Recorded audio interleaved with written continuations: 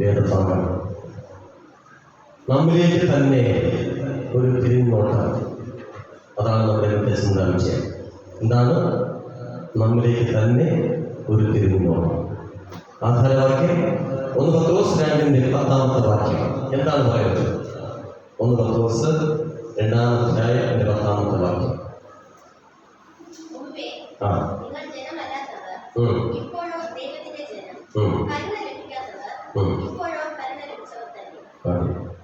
ഈ വചനങ്ങളാൽ ദൈവം നമ്മെ അനുഗ്രഹിക്കട്ടെ. കണ്ണുകൾ അടച്ച് ഒരു നിമിഷം നമുക്ക് പ്രാർത്ഥിക്കാം. ഞങ്ങളെ വാത്സല്യമായി സ്നേഹിക്കുന്ന അടിയന്റെ കരുണാമനായ കർത്താവേ നാഥ, ഒരല്പസമയം ദൈവത്തിന് മാറ്റമില്ലാത്ത പതിനുമായിട്ട് തിരിച്ചതിനായിരിക്കുമ്പോൾ അവിടുത്തെ കൃപയും സാമീപ്യവും ഉടനടിയോട് കൂടെ ഇരിക്കണമേ എന്ന് പ്രാർത്ഥിക്കുന്ന വചനം അമ്മയുടേത്. കേൾക്കുന്നതായ പ്രിയപ്പെട്ടവരും എൻ്റെ കർത്താവിൻ്റേത്. അതിനാൽ നിങ്ങൾ വചനം കേട്ട് മനസ്സിലാക്കി ദൈവസന്നിധിയിൽ ഉറച്ചു നിൽപ്പാൻ ഞങ്ങളെ സഹായിക്കണമേ എന്ന് പ്രാർത്ഥിക്കുന്നു. പ്രശ്നങ്ങളുണ്ട്, കുറവുകളുണ്ട്, അവയെല്ലാം ദൈവകരങ്ങളിലേക്ക് സമർപ്പിച്ച് അടിയങ്ങൾ പ്രാർത്ഥിക്കണം. അടിയങ്ങളെ അനുഗ്രഹിക്കണം, ആശീർവദിക്കണം, കൃപയിൽ സൂക്ഷിക്കണം. മാനവും മഹത്വം എടുക്കണം.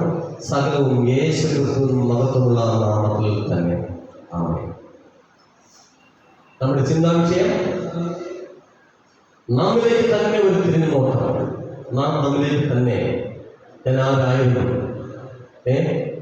ദൈവത്തെ അറിയാത്തതായ കാലഘട്ടത്തിൽ ഞാൻ ആരായിരുന്നു, എന്നാൽ ഇപ്പോൾ ആരായിരിക്കും എന്നതിനെ കുറിച്ചുള്ളതായ ഒരു ചിന്താവിഷയം. എന്താ പറഞ്ഞിരിക്കുന്ന വഴിയോടെ? മുമ്പേ നിങ്ങൾ ജനമല്ലാത്തതായിരുന്നു. ജനമല്ലേ? ആരുടെ ജനം? ദൈവത്തിന്റെ ജനമല്ലാത്തതായിരുന്നു. ദൈവത്തിന്റെ മക്കളല്ലായിരുന്നു. മുമ്പേ നിങ്ങൾ ജനമല്ലാത്തവർ, ഇപ്പോഴോ ആരാണ്? ദൈവത്തിന്റെ ജനമാണ്. ഓർക്കണം, ഇപ്പോഴോ ദൈവത്തിന്റെ ജനം അല്ലേ? പിന്നെയോ കരുണ ലഭിക്കാത്തവരായിരുന്നു. ദൈവത്തിൽ നിന്ന് ഒരു കരുണയും ലഭിക്കാൻ തക്കവണ്ണം യോഗ്യതയില്ലാത്തവരായിരുന്നു നിങ്ങൾ. എന്നാൽ ഇപ്പോഴോ കരുണ ലഭിച്ചത്, ദൈവത്തിൽ നിന്ന് കരുണ ലഭിച്ചത് അല്ലേ? ഇത് നിങ്ങളുടെ ഹൃദയത്തിന്റെ ഒരു ഭാഗത്തിനെ കുറിച്ച് നോട്ട് ചെയ്ത് വയ്ക്കും. എന്താ? ഞാൻ നേരത്തെ ആരായിരുന്നു, ഇപ്പോൾ ആരായിരിക്കുന്നു. ദൈവത്തെ അറിയാത്തതായ ഒരു കാലഘട്ടം നമുക്കുണ്ടായിരുന്നു. അത് നമ്മള് ദൈവമായിട്ട് ഒരു ബന്ധവുമില്ല. പക്ഷെ ഇപ്പോഴോ ദൈവത്തിന്റെ ജനമാണെന്ന മറന്നു പോകരുത്. ദൈവത്തിന്റെ ജനമാണെന്ന. മുമ്പേ നിങ്ങൾ ജനമല്ലാത്തവർ, ഇപ്പോഴോ ദൈവത്തിന്റെ ജനം.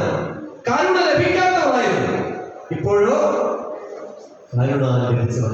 എത്ര മഹത്തരമായവർ അല്ലേ? ദൈവത്തിന്റെ കരുണയുള്ളവർ, ദൈവത്തിന്റെ ജനം. അങ്ങനെയൊക്കെ നമ്മളെ കുറിച്ച് തിരിക്കുന്നു. ദൈവത്തിന്റെ വചനത്തിലൂടെ നമ്മെ ദൈവം ഇങ്ങനെ വിളിച്ച് വേർതിരിച്ചിരിക്കുക. അപ്പോൾ ഇത് ആരാണ്? ദൈവത്തിന്റെ ജനം. ദൈവത്തിന്റെ ജനമാണോ? അല്ലേ? ഉറപ്പാണ്.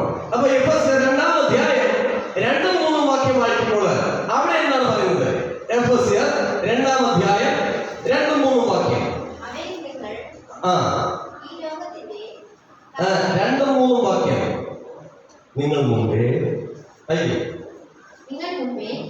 ഈ ലോകത്തിന്റെ കാലഗതിയെയും നോക്കണേ, നിങ്ങൾ മുമ്പേ ഈ ലോകത്തിന്റെ കാലഗതിയെയും ആകാശത്തിലെ അധികാരത്തിനും അനുസരണക്കേടിന്റെ മക്കളില് ഇപ്പോൾ വ്യാപരിക്കുന്ന ആത്മാവിനും അധിപതിയായവനെയും അനുസരിച്ച് നടന്നു. ഇപ്പോൾ വ്യാപരിക്കുന്ന ആത്മാവ് അതൊരു ആത്മാവാണ്.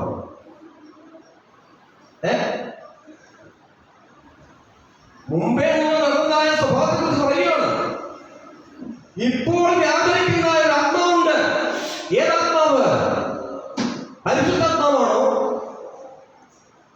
അല്ലെ അശുദ്ധാത്മാവാണോ? ആരാണ്? ഇപ്പോൾ വ്യാപരിക്കുന്ന ആത്മാവിന്റെ അതിർത്തിയായിരുന്നു ആര്? നിങ്ങൾ പിശാചിന്റെ അല്ലേ? വായിച്ച ബാക്കി.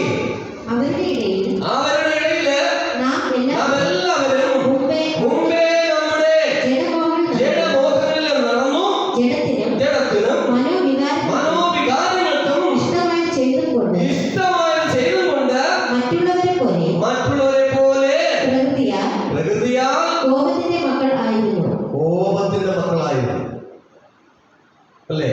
മുമ്പ് ദൈവകോപത്തിന്റെ മക്കൾ, എന്നാൽ ഇപ്പോഴോ ദൈവത്തിന്റെ മക്കൾ, ദൈവത്തിന്റെ ജനം. അല്ലേ? കോപത്തിന്റെ മക്കളായിരുന്ന ഒരു കാലഘട്ടം നിങ്ങൾക്കുണ്ടായിരുന്നു. അല്ലേ? ദൈവത്തെ അറിയാതെ ദൈവത്തിന്റെ കൽപ്പനകൾക്കോ ദൈവികമായ നടത്തിപ്പിനോ ഒന്നും ചിന്തയില്ലാതെ നടന്നതായ ഒരു കാലഘട്ടം നിങ്ങൾക്കുണ്ടായിരുന്നു. അന്ന് നിങ്ങൾ ആരായിരുന്നു? ദൈവകോപത്തിന്റെ പാത്രങ്ങളായിരുന്നു. ദൈവകോപം നിങ്ങളുടെ ഉണ്ടായിരുന്നു. എന്നാൽ ഇപ്പോഴോ നിങ്ങൾ ദൈവത്തിന്റെ ജനമാകുന്നു എന്നുള്ള യാഥാർത്ഥ്യം മറന്നു പോകരുത്. നിങ്ങൾ മുമ്പേ ഈ ലോകത്തിന്റെ കാലഗതിയെയും ആകാശത്തിലെ അധികാരത്തിനും അനുസരണക്കേടിന്റെ മക്കളില് ഇപ്പോൾ വ്യാപരിക്കുന്ന ആത്മാവിനും അധിപതിയായിരുന്നു ഒരു കാലഘട്ടത്തിൽ. വിശാലിന്റെ ആത്മാവിലെ ദുരാത്മാവ്, അശുദ്ധാത്മാവിന് അധിപതികളായിരുന്നു. എന്നാൽ ദൈവം നിങ്ങളെ ആവശ്യമുള്ളത് കണ്ടുകൊണ്ട് നിങ്ങളെ ദൈവം വിളിച്ചു വേർതിരിച്ച് ദൈവത്തിന്റെ മക്കളാക്കിയിരിക്കുകയാണ്. എത്ര വലിയ അധികാരമാണ് ദൈവം നമുക്ക് നൽകിയിരിക്കുന്നത്, അല്ലെ? എത്ര വലിയ പദവിയാണ് നമുക്ക് നൽകിയിരിക്കുന്നത്. ഈ പദവിയാണ് പലരും ചെയ്യുന്നത് തട്ടിക്കളഞ്ഞിട്ട് ചെയ്യുന്നത് സഭ വിട്ട് കടന്നുപോയിരിക്കും. ദൈവത്തിന്റെ മക്കളുമായ പദവി ഉപയോഗിച്ച് കടന്നുപോയിരിക്കും. എന്നാൽ എഫെസ്യർക്കെഴുതിയ ലേഖനം 2-ാം അധ്യായം 12-13 വാക്യം വായിക്കുമ്പോൾ അവിടെ എന്താണ് പറയുന്നത്? അക്കാലത്ത് നിങ്ങൾ ക്രിസ്തുവിനെ കൂടാതെയുള്ളവര്. ഒരു കാലത്ത് നിങ്ങൾ ക്രിസ്തുവിനെ കൂടാതെയുള്ളവരായിരുന്നു. ക്രിസ്തുവിനെ കുറിച്ച് അറിയില്ല, അല്ലെ? ദൈവത്തെ കുറിച്ച് അറിയില്ല, ദൈവത്തിന്റെ കൽപ്പനകളെ കുറിച്ച് അറിയില്ല, ക്രിസ്തുവിനെയും അറിയില്ലായിരുന്നു. വാക്ക് വായിച്ചേ. ഇസ്രായേൽ പൗരതയോട് സമ്മതമില്ലാത്തവരും വാഗ്ദത്തത്തിന്റെ നിയമങ്ങൾക്ക് അന്യരും പ്രത്യാശയില്ലാത്തവരും ഒരു പ്രത്യാശയുമില്ല. എങ്ങനെയൊക്കെയോ ജീവിച്ച് എങ്ങനെയൊക്കെയോ മരിക്കൊണ്ടോടാൻ തയ്യാറുള്ളവരായിരുന്നു. പ്രത്യാശ ഒന്നിനെ ഓർത്തും ഒരു പ്രത്യാശയുമില്ല. പ്രത്യാശയില്ലാത്തവരും പിന്നെ ലോകത്തില് ദൈവമില്ലാത്തവരുമായിരുന്നു. ദൈവമില്ല, ദൈവം പറയുന്ന ഒരു ശക്തി ഇല്ല, ദൈവം തന്നെ ഇല്ല എന്ന് ചിന്തിച്ച് നടന്ന ഒരു കാലഘട്ടം. ദൈവമില്ലാത്തവരുമായിരുന്നു എന്ന് ഓർത്തുകൊള്ളിൻ.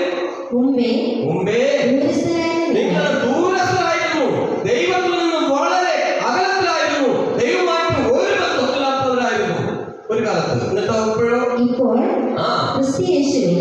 നിങ്ങൾ ക്രിസ്തുവിന്റെ രക്തത്താൽ സമീപസ്ഥരായിരിക്കുന്നു. നിങ്ങൾ ഒരു കാലഘട്ടത്തില് ദൈവമായിട്ട് ഒരു ബന്ധവുമില്ലാതെ ദൂരസ്ഥരായിരുന്നു.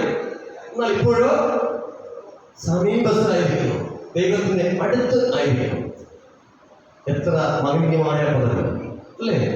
ഇത്രമാത്രം നല്ല പദവിയാണ് നമ്മൾ ദൈവം നൽകിയിരിക്കുന്നത്. ഈ പദവി പോലെ നമ്മൾ ഉപേക്ഷിക്കുന്നു ജീവിക്കുക. നോക്കണം, ദൂരസ്ഥരായ ദൈവത്തെ അറിയാത്ത ഒരു കാലഘട്ടം നിങ്ങളുടെ ജീവിതത്തില് ഉണ്ടായിരുന്നു. ദൈവം ആര് എന്ന് ചിന്തിച്ചതായ ഒരു സമയം ഉണ്ടായിരുന്നു. പക്ഷേ ഇപ്പോഴോ നിങ്ങൾ സമീപത്തായിരിക്കും, ദൈവത്തിനടുത്തായിരിക്കും. ഏറ്റവും വലിയ പദവിയാണ് എന്ന് ചെയ്യണം, നമ്മൾ മനസ്സിലാക്കണം. ജനമല്ലാത്തവരായിരുന്നു, ദൈവത്തിന്റെ ജനം അല്ലാത്തവരായിരുന്ന ഒരു കാലഘട്ടം നിങ്ങൾക്ക് ഉണ്ടായിരുന്നു. മുമ്പേ നിങ്ങൾ ആരായിരുന്നു? ജനമല്ലാത്ത ദൈവത്തിന്റെ ജനം അല്ലാത്തവരായിരുന്നു. നിങ്ങൾക്ക് തോന്നിയതുപോലെ ജീവിച്ചതായ ഒരു കാലഘട്ടം ഉണ്ടായിരുന്നു. മതി, ആ ജീവിതം നിർത്തുക, മതി, ഇനി വേണ്ട ആ ജീവിതം. ഇത് നിങ്ങൾ ദൈവത്തിന്റെ പ്രിയപ്പെട്ട മക്കളാണ്, ദൈവത്തിന്റെ ജനമാണ്. ആ ഒരു പദവിയിൽ ജീവിക്കാൻ നിങ്ങൾക്ക് സാധിക്കണമെന്ന് ദൈവത്തിന്റെ വചനം ചെയ്യുന്നു, നമ്മെ പഠിപ്പിക്കുന്നു. ദൂരസ്ഥരായിരുന്നതായ നിങ്ങളെ ദൈവം ചിന്തിക്കുന്നു, സമീപസ്ഥരാക്കി മാറ്റിയിരിക്കുകയാണ്, അല്ലേ? എഫെസ്യർ 5-ാം അധ്യായം 8 മുതൽ 11 ഭാഗം വായിച്ചേ. എഫെസ്യർ 5-ാം അധ്യായം 8 മുതൽ കർത്താവിൽ വെളിച്ചമാകുന്നു, കർത്താവിന് പ്രസാദമായത് എന്തെന്ന് പരിശോധിച്ചുകൊണ്ട് വെളിച്ചത്തിലുള്ളവരെ നടന്നുകൊള്ളുവിൻ. വെളിച്ചത്തിലുള്ളവരായി എഫെസ്യർ 5-ാം അധ്യായം 8 മുതൽ 11 ഭാഗം വായിച്ചോ. സകല സൽഗുണവും നീതിയും സത്യവുമല്ലോ വെളിച്ചത്തിന്റെ ഫലം. ഇരുട്ടിന്റെ നിഷ്ഫല പ്രവൃത്തികളിൽ കൂട്ടാളികൾ ആകരുത്, അവയെ ശാസിക്കുക അത്രേ വേണ്ടത്. മുമ്പേ ആരായിരുന്നു? ഇരുവായിരുന്നു. ഇപ്പോഴാരാ? വെളിച്ചമുള്ളവരാകുന്നു.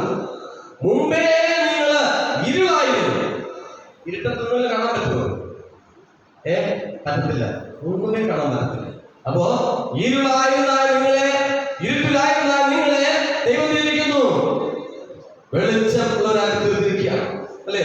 അതുകൊണ്ട് എന്ത് ചെയ്യണം?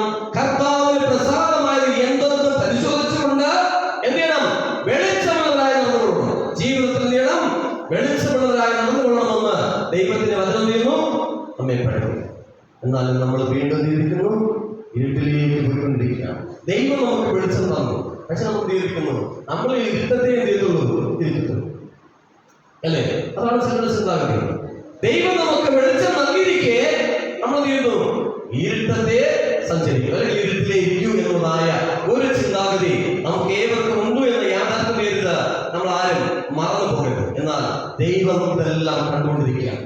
നാം ഓരോ ദിവസവും ചെയ്യുന്നതായ സകല പ്രവൃത്തികളെയും ദൈവം കണ്ടുകൊണ്ടിരിക്കുന്നു എന്ന സത്യം ചെയ്തത് ആരും മറന്നു പോകരുത്, അല്ലേ?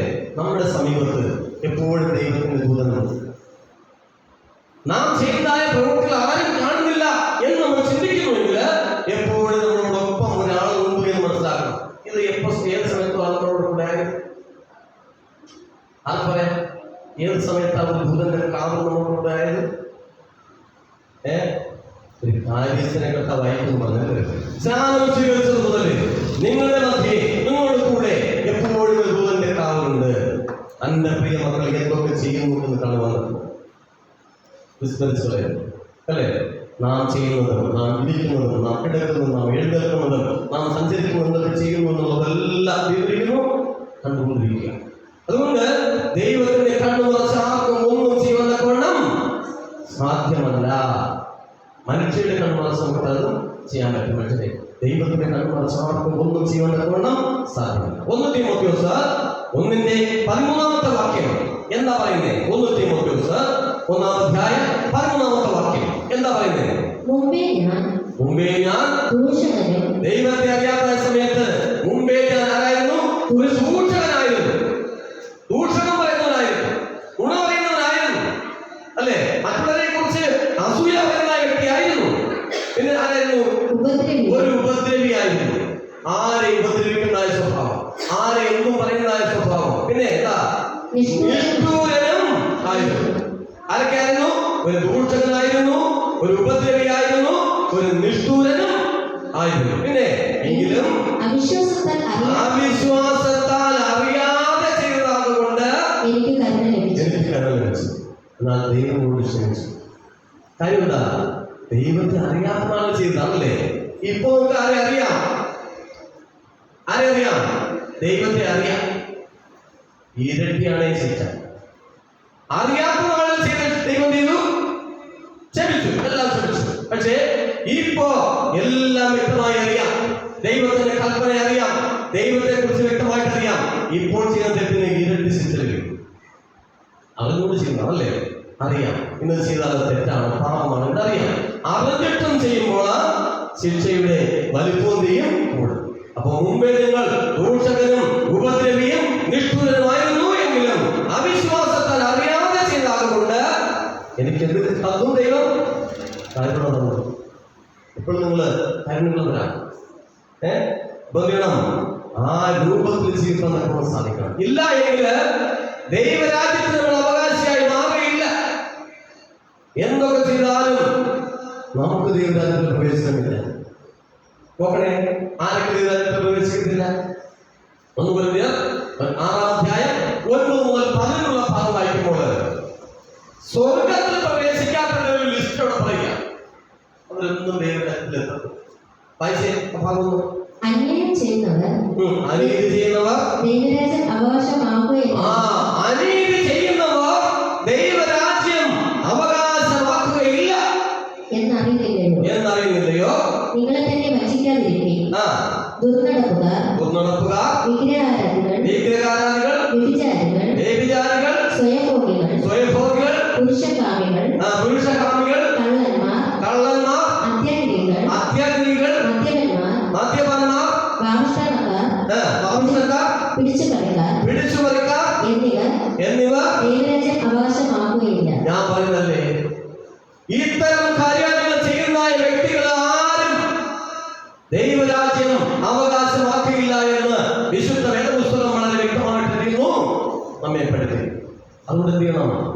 ഇത്തരം പ്രവൃത്തികൾ ചെയ്യുന്നവർ അതിൽ നിന്ന് പിന്തിരിയണം. ദൈവത്തിലേക്ക് മടങ്ങി വരണം. ദൈവത്തിന്റെ കൽപ്പനകൾ അനുസരിച്ച് ജീവിക്കണം. മാനസാന്തരപ്പെടണം. ചെയ്തു പോയ പാപത്തെ ഓർത്ത് ചെയ്യണം. അനുഭവിച്ച് പശ്ചാത്തപിക്കണം. നിന്നെ വീണ്ടും ദൈവം സ്നേഹിക്കും. നീ മടങ്ങി വരുന്നു എങ്കിൽ ദൈവം നിന്നെ സ്വീകരിക്കാൻ തക്കവണ്ണം ദൈവത്തിന് മനസ്സുണ്ട്.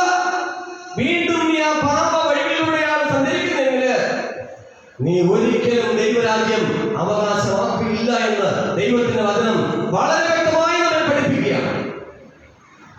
ഇത്തരം പ്രവൃത്തികൾ ചെയ്യുന്ന വ്യക്തികൾ ആരും ദൈവരാജ്യത്തില് പ്രവേശിക്കുകയില്ല. അപ്പോ മുമ്പേ നിങ്ങൾ ഇവയൊക്കെ ആയിരുന്നുവെങ്കിൽ ഇപ്പോൾ ആരാണ്? ഇപ്പോൾ ആരായിരിക്കുന്നു എന്നതിനെ കുറിച്ചാണ് അടുത്തായിട്ട് നമുക്ക് മനസ്സിലാക്കാൻ. ഇപ്പോൾ നിങ്ങൾ ആരാണ് അതിനെ കുറിച്ചാണ് അല്ലെ. മുമ്പേ നിങ്ങൾ ആരായിരുന്നു ഇതിനെ കുറിച്ച് കുറച്ച് കാര്യങ്ങൾ നിങ്ങൾ പഠിച്ചു കഴിഞ്ഞു, മനസ്സിലാക്കി കഴിഞ്ഞു. ഇനി ഇപ്പോൾ നിങ്ങൾ ആരായിരിക്കുന്നു എന്നതിനെ കുറിച്ച് നമുക്ക് അല്പസമയം ചിന്തിക്കാം. ഒരുപാട് തീർച്ചയായിട്ടും പോകുന്നില്ല. 1 Corinthians 1:3 വാക്യം എന്താണ് പറയുന്നത്? ഇപ്പോൾ നിങ്ങൾ ആരാണ്? നമ്മുടെ പിതാവായ ദൈവത്തിൽ 1 Corinthians 1:3 വാക്യം. 1:3 വാക്യം. 1 Corinthians 1:3 വാക്യം. നമ്മുടെ പിതാവായ ദൈവത്തിൽ നിന്നും കർത്താവായ യേശുക്രിസ്തുവിൽ നിന്നും നിങ്ങൾക്ക് കൃപയും സമാധാനവും ഉണ്ടാകട്ടെ. കൃപയും സമാധാനമുള്ളവരാണ് ഇപ്പോൾ നിങ്ങൾ. ആരാണ്? ദൈവത്തിൽ നിന്ന് കൃപയും സമാധാനവും ലഭിച്ചവരാണ്. അപ്പൊ ഇപ്പോൾ നിങ്ങൾ ആരാണ്? കൃപയും സമാധാനവും ലഭിച്ചവർ. ദൈവത്തിൽ നിന്ന് കൃപയും സമാധാനവും ലഭിച്ചവരാണ്. മറന്നു പോകരുത്. വലിയ പദവികളാണ് ദൈവം നമുക്ക് നൽകിയിരിക്കുന്നത് അല്ലേ. വലിയ പദവി.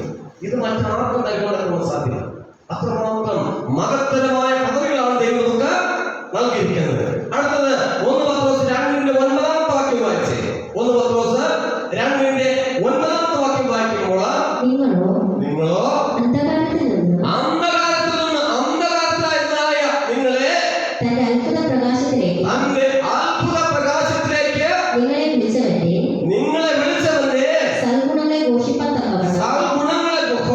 തക്കവണ്ണം തിരഞ്ഞെടുക്കപ്പെട്ടതായ ഒരു ജാതി, ദൈവം തിരഞ്ഞെടുത്തിരിക്കുന്നതായ ഒരു പ്രത്യേക ജാതിക്കാരാണ് അല്ലേ. ദൈവം തിരഞ്ഞെടുത്തിരിക്കുന്ന ഒരു പ്രത്യേക ജാതിയും പിന്നെ രാജാവും പുരോഹിതവർഗവുമാണ്. നോക്കണം, എത്ര വലിയ പദവിയാണ് ദൈവം നൽകിയിരിക്കുന്നത് അല്ലേ. രാജകീയ പുരോഹിതവർഗം.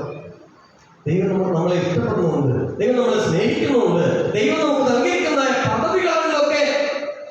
ഇത് കളഞ്ഞിട്ടാണ് പലരും ചെയ്യുന്നത്, ജീവിക്കുന്നത്. ഇത് ഉപേക്ഷിച്ചിട്ടാണ് പലരും ചെയ്യുന്നത്, ജീവിക്കുന്നത് എന്നുള്ള യാഥാർത്ഥ്യം ചെയ്ത് മറന്നു പോകരുത്. ആരും ഈ പദവി ഉപേക്ഷിച്ച് ചെയ്യരുത്, പോവുകയും ചെയ്യരുത്. പിന്നെ ദൈവം നിങ്ങളെ തിരഞ്ഞെടുത്ത അല്ലെ. നിങ്ങളെ ഓരോരുത്തരെയും ദൈവത്തിന് വേണം എന്നതുകൊണ്ട് ദൈവം തിരഞ്ഞെടുത്തിരിക്കുന്നതാണ് നിങ്ങൾ. യോഹന്നാന്റെ സുവിശേഷം 16 വാക്യം വായിക്കുമ്പോൾ അവിടെ അങ്ങനെ പറയുന്നു, തിരഞ്ഞെടുക്കപ്പെട്ടവരാണ് നിങ്ങൾ ഓരോരുത്തരും. ആര് തിരഞ്ഞെടുത്തു? ദൈവം തിരഞ്ഞെടുത്തു. യോഹന്നാൻ 16 വാക്യം. നിങ്ങൾ എന്നെ തിരഞ്ഞെടുത്തു എന്നല്ല, ഞാൻ നിങ്ങളെ തിരഞ്ഞെടുത്തു. ദൈവം നമ്മളെ തിരഞ്ഞെടുത്തു, നമ്മൾ തിരഞ്ഞെടുത്തല്ല, ദൈവം തിരഞ്ഞെടുത്തു നമ്മൾ. അപ്പൊ തിരഞ്ഞെടുക്കപ്പെട്ടവരാണ് നമ്മൾ അല്ലേ. നിങ്ങളെ ശ്രേഷ്ഠർ എന്ന് എണ്ണിക്കൊണ്ട് ദൈവത്തിന് നിങ്ങളെ ആവശ്യമുള്ളതെന്ന് കണ്ടുകൊണ്ട് ദൈവം നിങ്ങളെ തിരഞ്ഞെടുത്തവരാണെന്ന് വിശുദ്ധ വേദപുസ്തകം നമ്മെ പഠിപ്പിക്കുന്നു. അപ്പൊ നിങ്ങളെ ദൈവം തിരഞ്ഞെടുത്തവരാണ്. എന്ത്? നിങ്ങളെ ഇപ്പോഴത്തെ അവസ്ഥ കണ്ടുപിടിച്ചല്ല, ദൈവത്തിന് നിങ്ങളെ വേണം എന്ന് കണ്ടുകൊണ്ട് ദൈവം ഇരിക്കുന്നു, നിങ്ങളെ വിളിച്ചു വരുത്തിച്ചിരിക്കുന്നു. അത് മഹത്തരമായ ഒരു ഭാഗ്യമാണ്. മറ്റാർക്കും ലഭിക്കാത്തതായ ഈ ലോകത്തിൽ അനേകം ആളുകളുണ്ട്, സമ്പന്നരുണ്ട്, സൗന്ദര്യമുള്ളവരുണ്ട്. പക്ഷേ ഇതൊന്നിനും യോഗ്യതയില്ലാത്ത നമ്മളെ ദൈവം വിളിച്ച് വേർതിരിച്ചിരിക്കുന്നുവെങ്കിൽ ദൈവത്തിന് നമ്മളെ കുറിച്ച് പദ്ധതികൾ മുൻകൂറുള്ളതാണ്, മനസ്സിലാക്കാം അല്ലേ. ആ പദ്ധതിക്കനുസരിച്ച് നമ്മൾ ചെയ്യണം, നമ്മുടെ ജീവിതങ്ങളെ ക്രമപ്പെടുത്തണം. അപ്പൊ ദൈവം നമ്മെ തിരഞ്ഞെടുക്കുക. ഇപ്പോൾ നിങ്ങൾ തിരഞ്ഞെടുക്കപ്പെട്ടവരാണ്. പിന്നെ എന്താ പറയുന്നത്? നിങ്ങൾ പോയി ഫലം കായ്ക്കേണ്ടത്. മതി. കൂട്ടായ്മയിലേക്ക് വിളിക്കപ്പെട്ടവരാണ് നിങ്ങൾ, ദൈവത്തിന്റെ കൂട്ടായ്മയിലേക്ക് വിളിക്കപ്പെട്ടത്. 1 Corinthians 1:9 വാക്യം. 1 Corinthians 1:9 വാക്യം എന്താ പറയുന്നത്? നമ്മുടെ കർത്താവായ യേശുക്രിസ്തുവിനെ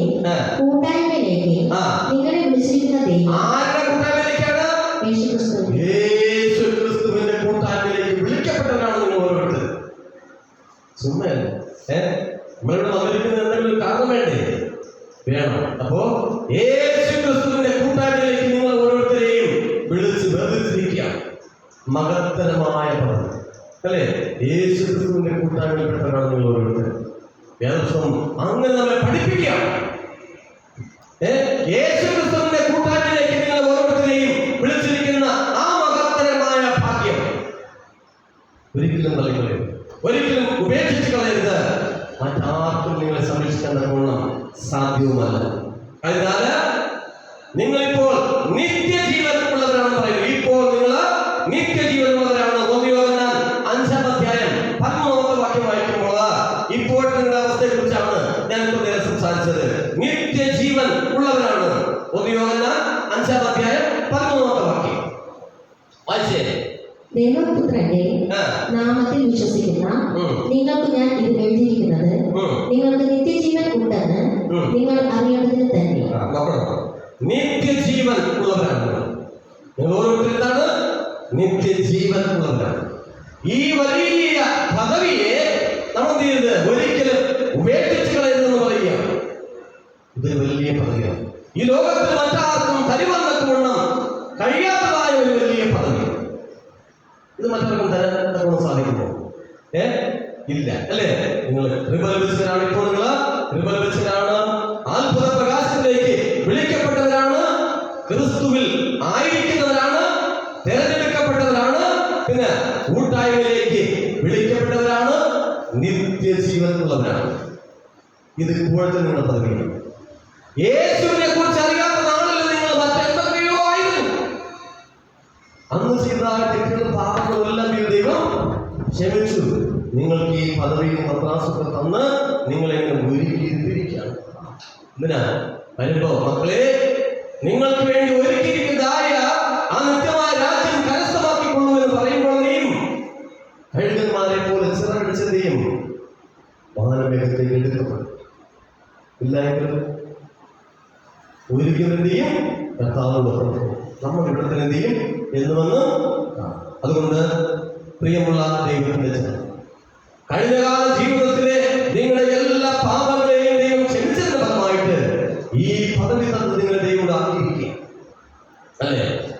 അതുകൊണ്ട് ആ പദവി നിലനിർത്തുവെന്ന നിങ്ങൾക്ക് സാധിക്കണം അല്ലേ? ഈ ദുഷ്ടലോകത്തില് ജീവന്റെ വചനം പ്രമാണിച്ചുകൊണ്ട് ജ്യോതിസുകളെ പോലെ പ്രകാശിക്കണം. ഈ ദുഷ്ടലോകത്തിൽ ജീവിക്കുമ്പോൾ പാപത്തിന്റെ വഴികളിലൂടെ സഞ്ചരിക്കാൻ എല്ലാ എളുപ്പമാർഗങ്ങളും ചെയ്യും സാത്താൻ നമുക്ക് എടുത്തു തുറക്കും. പാപത്തിന്റെ വഴികളിലൂടെ സഞ്ചരിക്കാൻ എല്ലാ വഴികളും സാത്താൻ നമുക്ക് എന്ത് ചെയ്യും, അനുകൂലമാക്കി തീർക്കും. പക്ഷെ എന്ത് ചെയ്യണം, നമ്മൾ ആ വഴികളിലൂടെ എന്തും ചെയ്ത് സഞ്ചരിക്കും. പിന്നെ എന്ത് ചെയ്യണം, ജ്യോതിസുകളെ പോലെ പ്രകാശമുള്ളവരായി ഈ ലോകത്തിൽ ജീവിച്ച് ദൈവത്തിന് മഹത്വം നൽകുവാൻ നിങ്ങൾക്ക് സാധിക്കണം. ഇല്ലായെങ്കിൽ കർത്താവിന്റെ വരവിൽ നിങ്ങൾ ഓരോരുത്തരും കണക്ക് കൊടുക്കുന്നതായിട്ട് വരാം. നിന്റെ ജീവിതം ദൈവം ചെയ്തു നേരിട്ട് സംരക്ഷിക്കപ്പെട്ടിരിക്കുകയാണ് നിന്റെ ജീവിതത്തെ. എന്നിട്ട് നീ എന്ത് ചെയ്തു?